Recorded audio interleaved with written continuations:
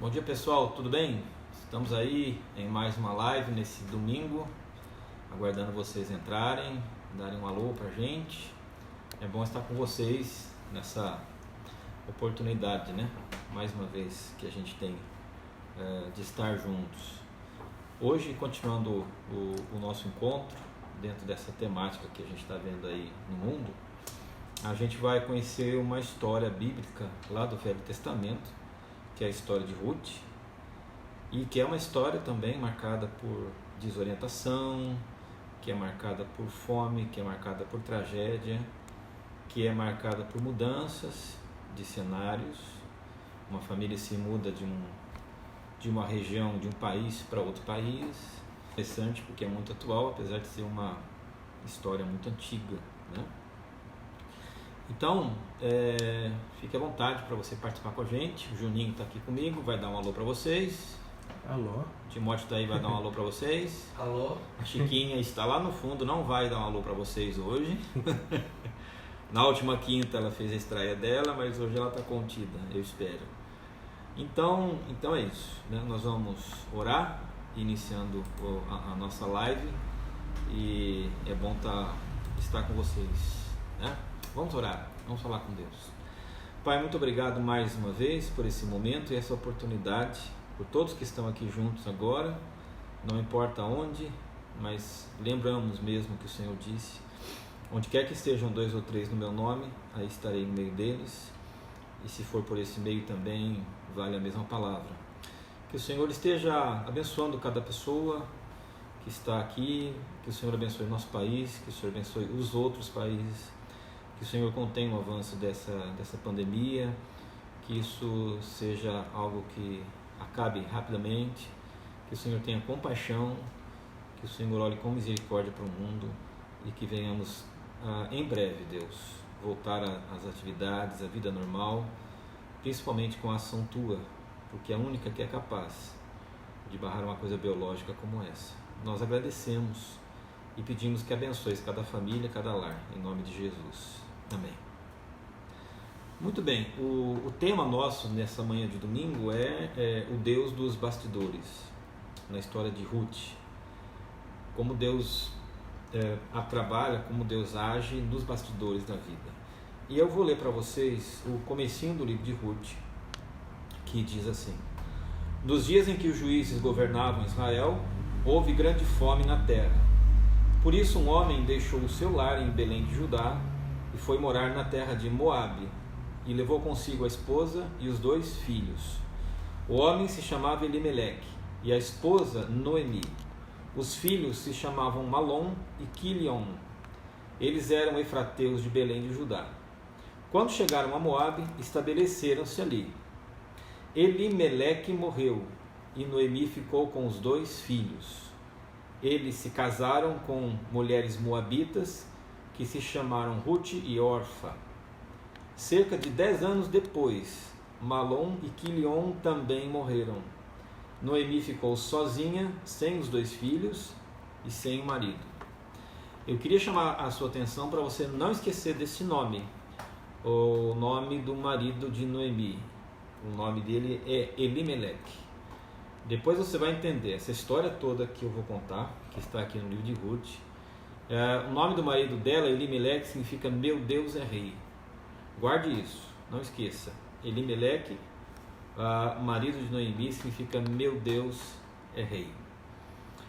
Essa semana eu estava lendo ou relendo a história de Hércules, né, daquele herói mitológico grego que tinha uma força descomunal e que ninguém podia medir forças com ele. E há vários relatos das batalhas de Hércules, né, das conquistas e das batalhas. Uma vez ele enfrentou um gigante de nome Anteu, e foi uma das batalhas mais terríveis de todas que o Hércules travou na sua vida. O Anteu era filho da terra e ele sempre dormia no chão, sem nada.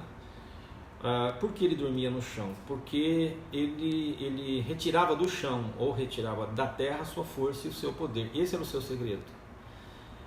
O poder dele, a força dele vinha do contato com a terra. O Hércules não sabia disso e tentou várias vezes derrotar o gigante, mas toda vez que dava um golpe no gigante, o gigante caía no chão, o gigante voltava mais forte ainda. Até que o Hércules começou a perceber que tinha alguma coisa a ver com a terra, né? Ele pega o Anteu, ele segura o Anteu no ar, ele dá um abraço mortal no Anteu, quebra todas as costelas e quebra todos os ossos do Anteu, e aí finalmente ele vence a batalha, ele vence essa luta contra o gigante que tirava suas forças da própria terra. Então a terra era a fonte da potência, a terra era a fonte do poder do Anteu. O que eu quero dizer para você é que o chão é a nossa realidade, né? A Bíblia diz que nós viemos do pó e ao pó voltaremos, mas que também nós somos filhos de Deus em Cristo. E muitas vezes, quando determinadas situações como essas, mundiais, acontecem, nós temos a tendência de nos separar, nos afastar ao mesmo tempo daquilo que é a nossa base, daquela convicção, daquela realidade de que nós somos pó, de que nós somos finitos e portanto nós somos incapazes, e deixamos de perceber quem é que sustenta o pó e quem é que fez o pó. Então foi Deus que fez o pó da terra. Então, na medida em que coisas difíceis acontecem na vida e nós perdemos de vista o contato com aquele que fez o pó, manipula o pó e controla o pó, nós perdemos a nossa força e nós não temos condição de enfrentar as dificuldades que a vida apresenta. Já ouvi muita gente falar, por exemplo, que é muito saudável andar com o pé na terra para descarregar a nossa eletricidade acumulada no corpo. Quem sabe seja também saudável nessa hora de situação mundial, permitir andar com os pés no chão, significa permitir que Deus mostre a realidade da vida como ela é, da maneira como Deus enxerga a vida e não da maneira como nós enxergamos a vida nesse momento circunstancial. Porque nesse momento circunstancial nós estamos vendo a vida de uma maneira equivocada, limitada, pequena. O que mais nós tememos muitas vezes, né, diz o texto da Bíblia, o que mais tememos às vezes acontece. Por quê? Porque perdemos de vista o contato com aquele que fez o pó. Essa história que a gente leu mostra justamente uma situação dessas. Quando é que acontece essa história? O livro de Ruth está situado historicamente ao lado ou paralelo ao livro de Juízes. Então, na ordem cronológica da Bíblia vem Juízes e depois vem Ruth. Os especialistas dizem que os dois livros são, na verdade, pertencentes a uma mesma época. Então, quando você olha para o livro de Juízes, você vai perceber o livro de Juízes repetindo sempre um mantra. Qual é o mantra do livro de Juízes? É esse aqui: cada um fazia o que lhe parecia certo. Cada um fazia o que lhe dava na cabeça. Então, se você nunca leu Juízes, pensa um pouquinho o que é cada um fazer o que acha que é certo. Mesmo que você nunca tenha lido o livro, qual é o resultado de cada pessoa e se cada pessoa faz o que dá na sua cabeça? É um caos, né? É uma desordem social, é uma baderna generalizada. E é verdade. O livro de Juízes, ele fala de uma desordem nacional, fala de um povo sem direção, um povo que não quer direção nenhuma. Então é uma calamidade o livro de Juízes. Só que na sequência vem o livro de Ruth. O livro de Ruth aponta também para a situação calamitosa como havia em Juízes, mas aponta mais do que isso, aponta para um plano divino de reestruturação dessa ordem que se perdeu. Então olha que interessante. Primeiro a desordem, Juízes, logo em seguida a reorganização em Ruth. Então é sempre assim, depois de um período de desordem vem a ordem, depois de um período de calamidade vem a renovação, depois de um período de calamidade nacional, mundial, vem um período de estruturação mundial, nacional, depois de um período de doença vem a saúde, depois de um período de perdição vem a salvação. É sempre assim, é interessante em toda a Bíblia. Mas qual é a história de Ruth? A história de Ruth é a história de uma família israelita que passou por um determinado período de fome na terra, não havia o que comer, e aí eles se mudam para uma outra região do mundo chamada Moabe. Por quê? Porque lá onde eles moravam chamava Belém de Judá, e Belém significa a casa do pão. Então, curioso, né? Apesar de ter esse nome a cidade, a casa do pão não tem pão. Acabou a comida. E como qualquer pessoa, né, faria, eles se mudam, porque não tem o que comer, é uma terra que está passando necessidades de todo tipo. Eles se mudam, a família inteira se muda para Moabe. Quem que se muda para Moabe? O marido, Elimeleque, meu Deus é rei, a sua esposa Noemi e os seus 2 filhos, que se chamam Malom e Quilion. Lá eles chegam em Moabe, né? Lá eles se estabilizam, eles começam uma nova vida. Os rapazes vão se casar com as moças da cidade, e uma das moças se chama Ruth, é justamente essa que dá o nome ao livro. Só que o tempo passa e aí morre o Elimeleque, e depois os filhos se casam. No fim, os filhos acabam morrendo, os 2, né?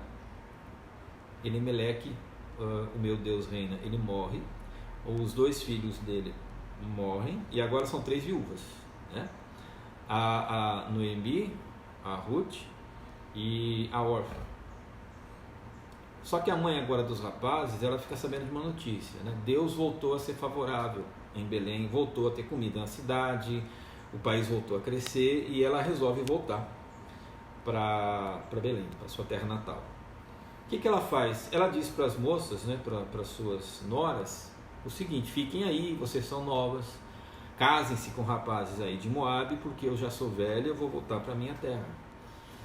A primeira delas diz: tudo bem, né? Quer voltar com a sogra, gostava muito da sogra, mas resolve obedecer, resolve atender a sugestão. Só que a Ruth, ela não desiste, ela quer voltar com a sogra para Belém. E ela diz umas coisas, né, com palavras muito bonitas, que geralmente são palavras usadas em casamento, quando o casal vai na igreja, vai se casar, colocam no convite de casamento essas palavras, mas essas palavras aqui são de uma nora para uma sogra, né? Onde quer que fores, irei eu, teu povo será meu povo, teu Deus será meu Deus. Bom, elas voltam em Belém. Quando voltam e chegam em Belém, Noemi descobre que tem um parente lá chamado Boaz. O Boaz era um homem rico, era um solteirão, já de certa idade, nunca casou. Ele tem muito dinheiro, ele tem propriedades, ele tem terras, e ela descobre que é parente desse Boaz. Pela lei da época, quando uma viúva voltava para casa, né, e se tivesse mais viúvas, esse parente tinha que ser o resgatador, né? Ele tinha que se casar com a viúva para o nome da família não ser apagado, né? No caso, o nome da família e o sobrenome do Elimeleque não desaparecer na história, e a família não desaparecer junto. Então, pela lei, o Boaz tinha obrigação de casar com uma das viúvas, né? Com a narrativa do livro, que acontece? O Boaz acaba se interessando por Ruth, né?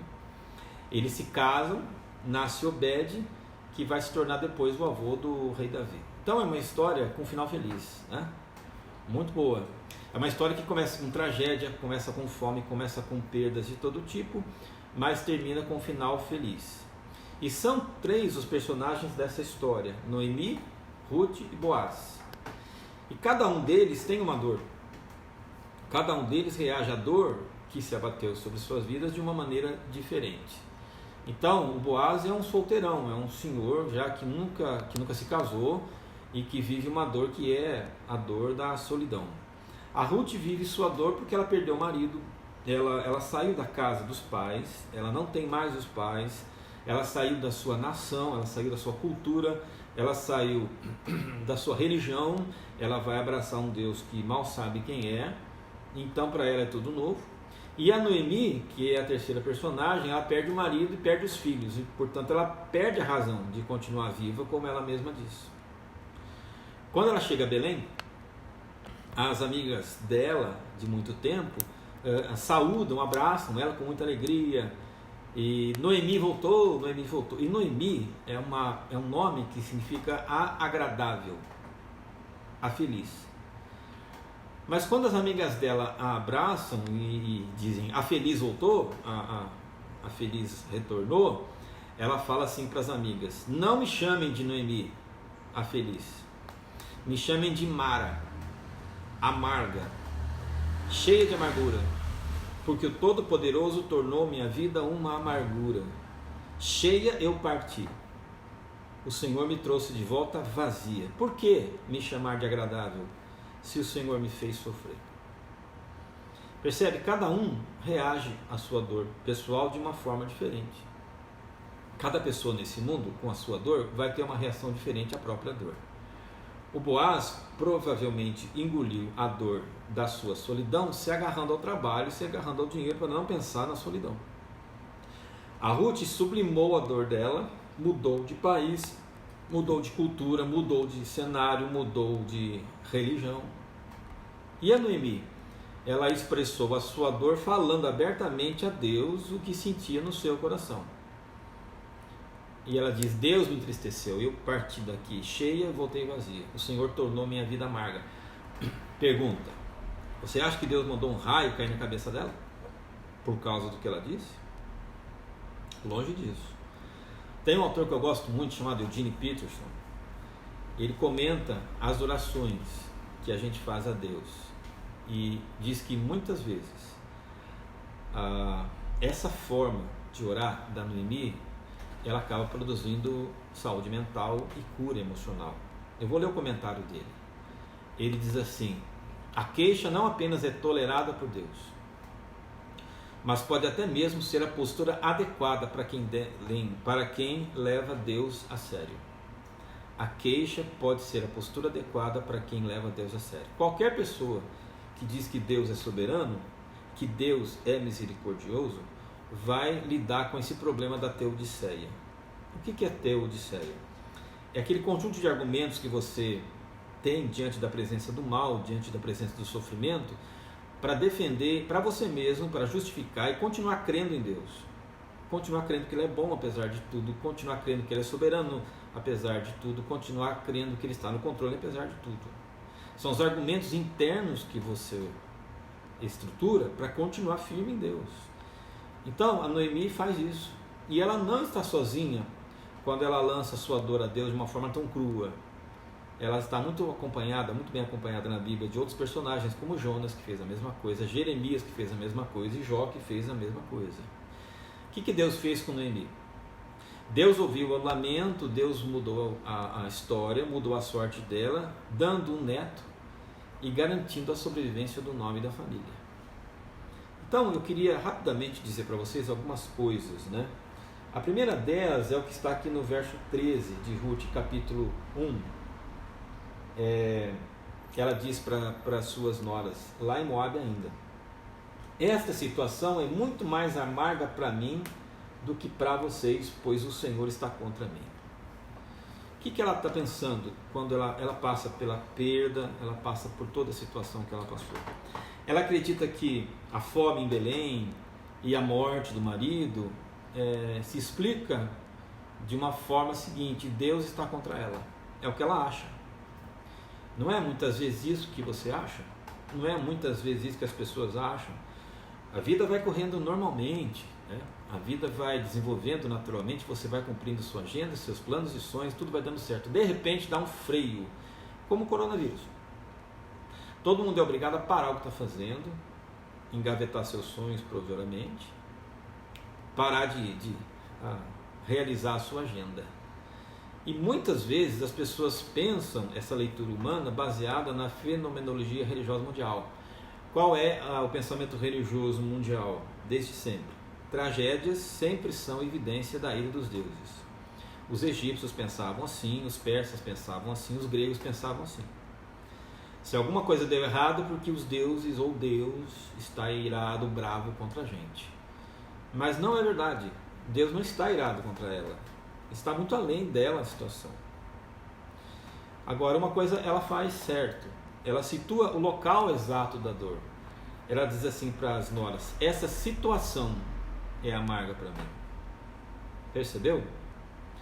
Ela não diz a vida é amarga para mim. Ela diz essa situação é amarga para mim. O que é a situação?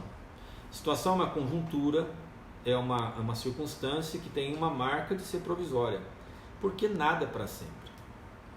Porque enquanto elas estão em Moabe, lembra? Mudaram para Moabe, para uma nova vida, tudo corria bem. Deus visitou Belém e trouxe de volta a comida. Percebeu? Então foi provisório, era uma situação. Em Belém também era uma situação.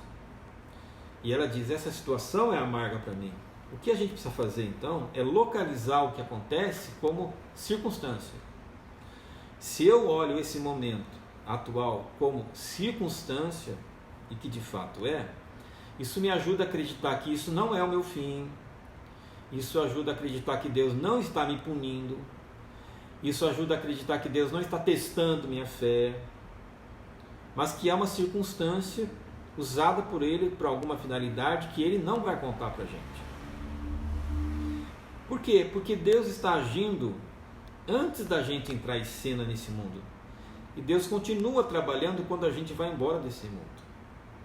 Quer ver um exemplo? No auge da sua dor, dos seus questionamentos, o Jó pergunta para Deus, Deus, onde o Senhor estava? E onde o Senhor está em tudo isso que está acontecendo comigo? Sabe qual é a resposta que Deus dá para Jó? Onde você estava quando eu lancei os alicerces do mundo? Onde você estava enquanto as estrelas da manhã cantavam juntas? Onde você estava quando os anjos davam gritos de alegria? Deus mostrou para Jó uma coisa, Jó, você chegou agora aqui, eu já estou aqui desde sempre. Não há ausência de mim, nunca, nenhuma circunstância contém ausência de mim. Então, quando nós nem existíamos, Deus já estava formando o universo. Quando nós nem existíamos, Ele já estava criando recursos para abastecer a terra. Quando nós nem existíamos, Ele já havia concluído e terminado a história. A história já está concluída. Eu não sei, nem você sabe o fim, mas a história para Deus está concluída. Porque Deus é antes de todas as coisas e nele tudo subsiste. A prova, então, de que tudo não passa de circunstâncias passageiras é que a Noemi viu a sorte dela ser mudada por Deus, viu a sua nora se casar com um parente próspero, viu o nome da família ser mantido, viu um neto nascer, cujo neto se tornou avô do rei Davi. Aí lembro para você uma palavra que o próprio Deus diz, mas diz lá em Apocalipse. O que é que ele diz? Eis que faço novas todas as coisas. Essa é a certeza. Que essa circunstância difícil, não é a vida que é difícil, é a circunstância. E circunstância sempre vai passar. O segundo texto que eu queria ler para você nesse livro está no capítulo 2, do verso 17 até o 20, fala assim. A Ruth, ela vai trabalhar para o Boaz, né? Vai colher. Ruth colheu cevada o dia todo.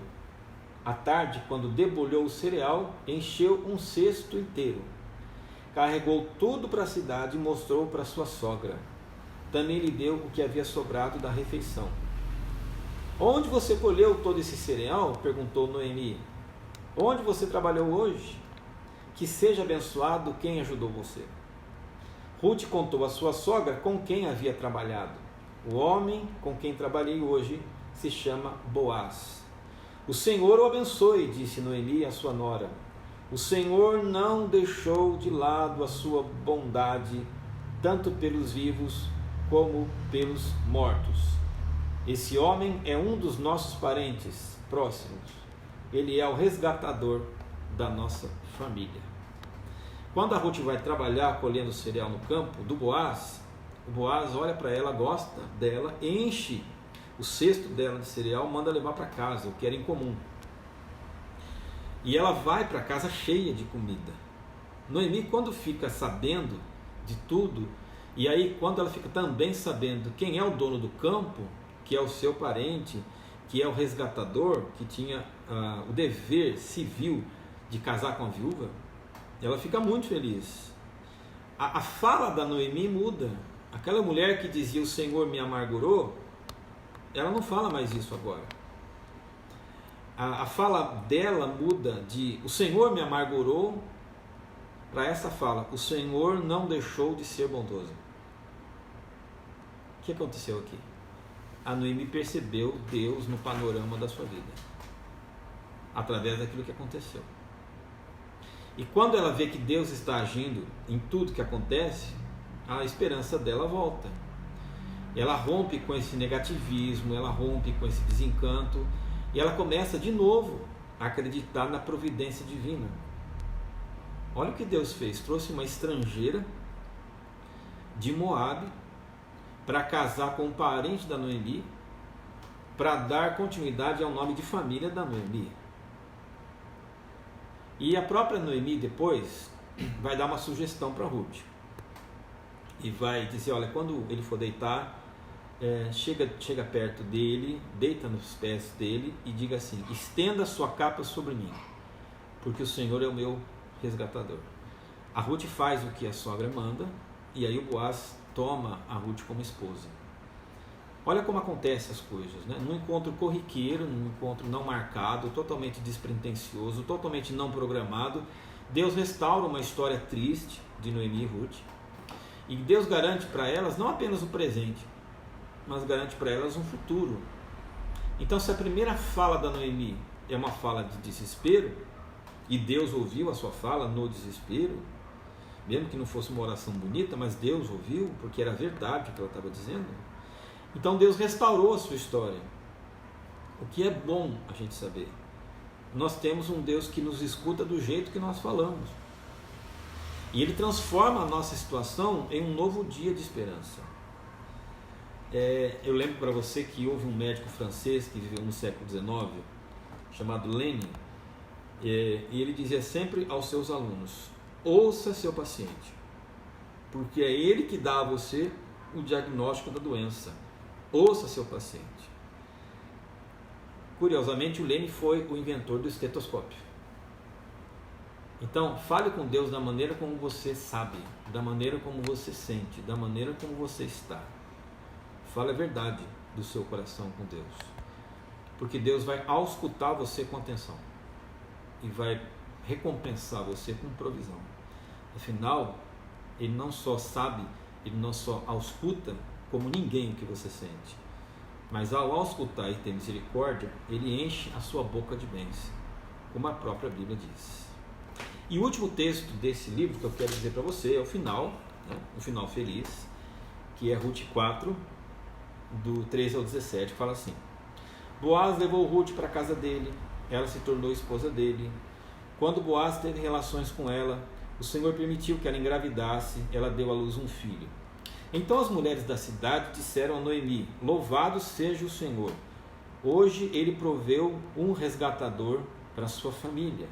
Que esse menino seja famoso em Israel, que ele restaure o seu vigor, ele cuide de você na velhice, pois ele é filho da sua nora, que a ama e que tem sido melhor para você do que 7 filhos. Noemi pegou o bebê, o aninhou junto ao peito, passou a cuidar dele como se fosse seu filho. As mulheres da vizinhança disseram, Noemi tem um filho outra vez, e lhe deram o nome de Obed. Ele é o pai de Jessé, que é o pai de Davi.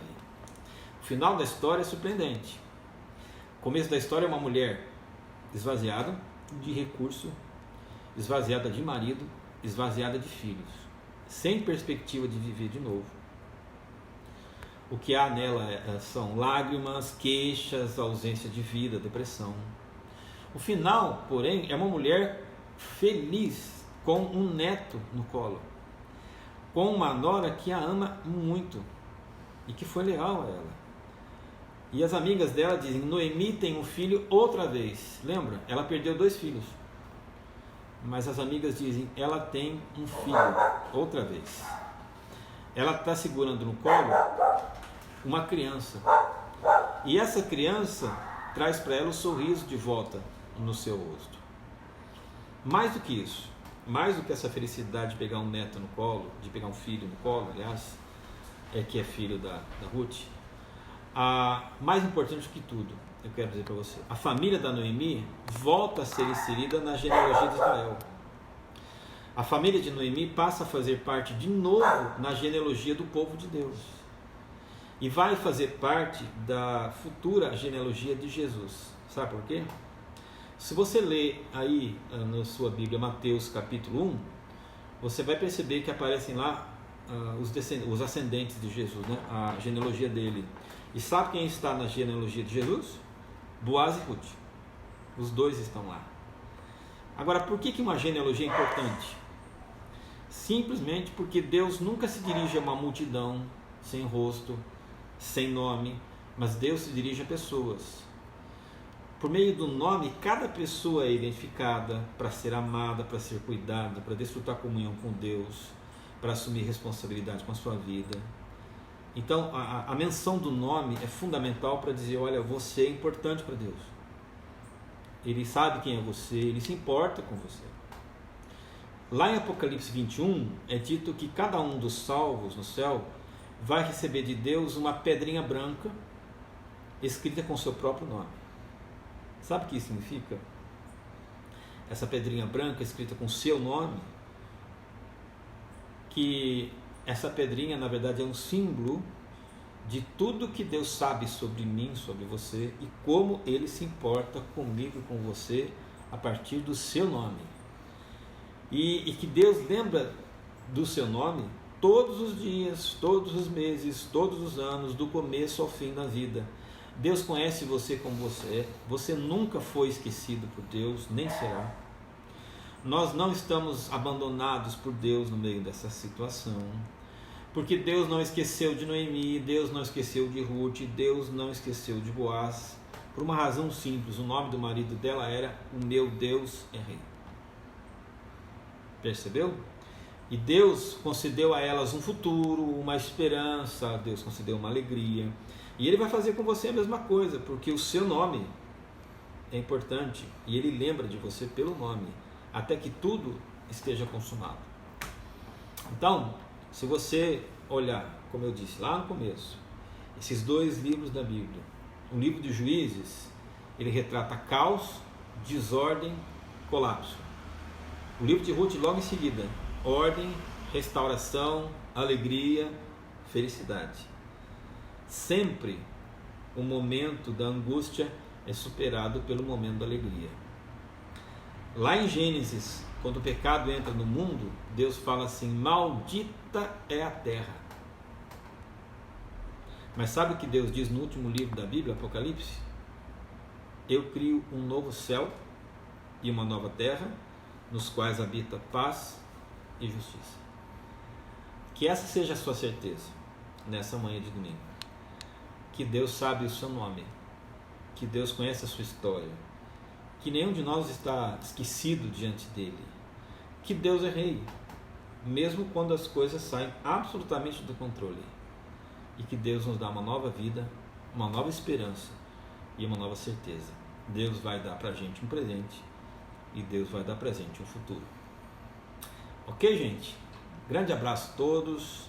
Hoje à noite às 20 horas a gente vai estar de volta aqui para mais uma live, tá bom?